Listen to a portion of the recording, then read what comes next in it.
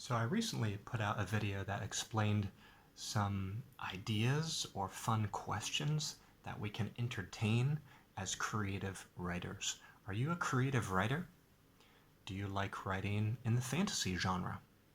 I do, and I shared about it in the recent video, so you can go back and watch that video. I'll put a link in this one. But today I have even more ideas because as I've continued to write my story, heading into language land, more things have come to light that I would like to share.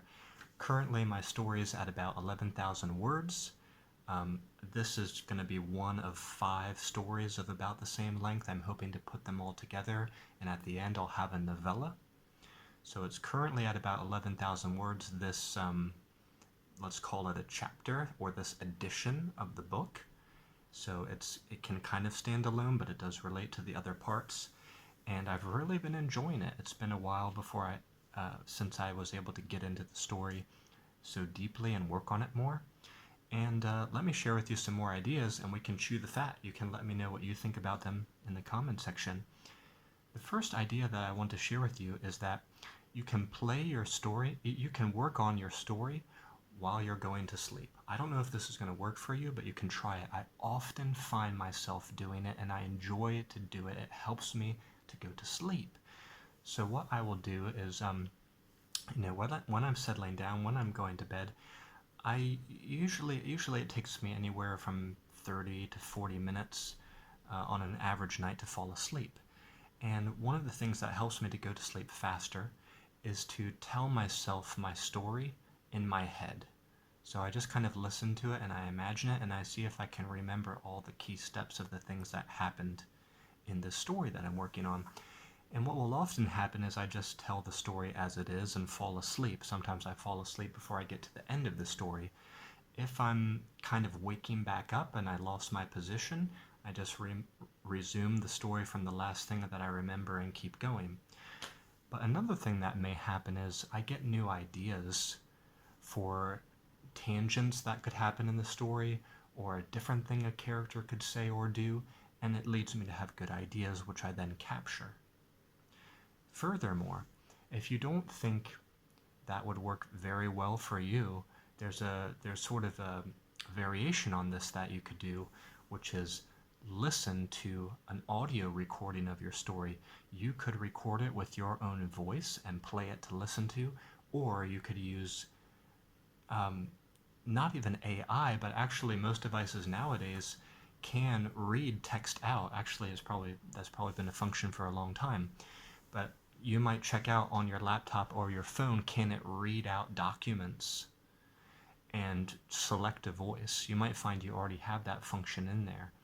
I've done that before in the past, and it's enjoyable to hear a different voice read your story. You will react to it differently.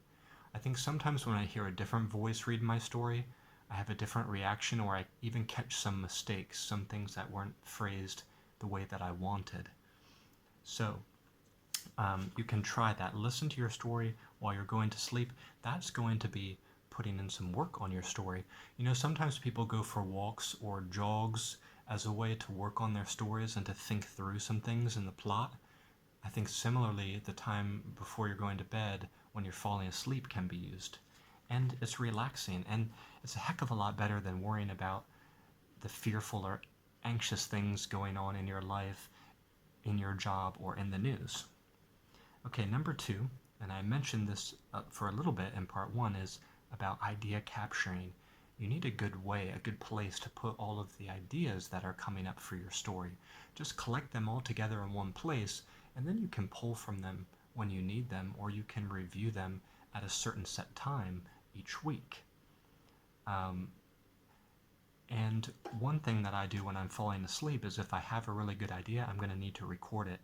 Now, I've experimented with different things. I don't know which one is necessarily better for me. Sometimes I just type it into my phone in a notepad, or I text it to myself.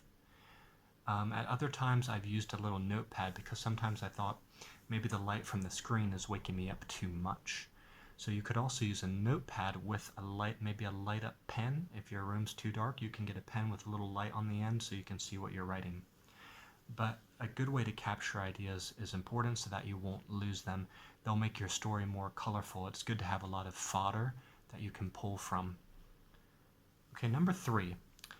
I remembered that I wanted to share with you guys that to use cliches or tropes or archetypes can be useful rather than trying to make every single sentence of your story unique and groundbreaking and innovative. And I think there's a few reasons for this, but I'll just name a couple. One is that, well, I don't know about you, but for me, my time is limited, and my story writing hobby is only one part of so many different things that I'm doing. I actually write stories as sort of like game lore for my game design processes. So I have a job, I'm a family man, I like to exercise every day, I'm designing games. I don't really have time to innovate every single line and make sure that I don't repeat sort of tropes or archetypes that everybody already knows. The second reason, though, is that I think sometimes relying on tropes or archetypes or plot devices that people already are familiar with can be useful. It draws them into the story more easily. It lets them absorb your writing more easily. If every single thing you're doing is new and unique, it could make the piece a little bit clunky, a little unwieldy, and it gives the reader no access point. You know, there's a reason why so many popular books and movies throughout hundreds of years have these plot devices and archetypes and themes. It's because they are, in a sense, timeless. So don't be afraid to use some of those. It could give your writing a more natural road to go down, but you can still add interesting things to see along the way. Number 4, the purpose of a draft. I've been reminding myself that what I'm working on now is just a draft, and I don't need to obsess over it. It's okay if there's mistakes, misspellings, out of order parts. I just want to get this thing out onto paper. And later, I'm going to enjoy the process of going back through, tightening things up, and polishing. So remember that sometimes people have trouble to write because they feel like it has to be perfect from the first moment that they're writing it out. No, it doesn't. The purpose of the first draft, and I was just looking up some great quotes online to remind myself about how people think about this, but the purpose of the first draft is to make the thing exist.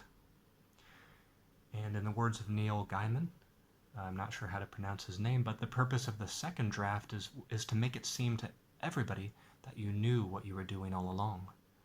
So, you know, people don't have to see those first drafts. They're really just for you. They're really just to make the thing exist, get all the ideas out on paper.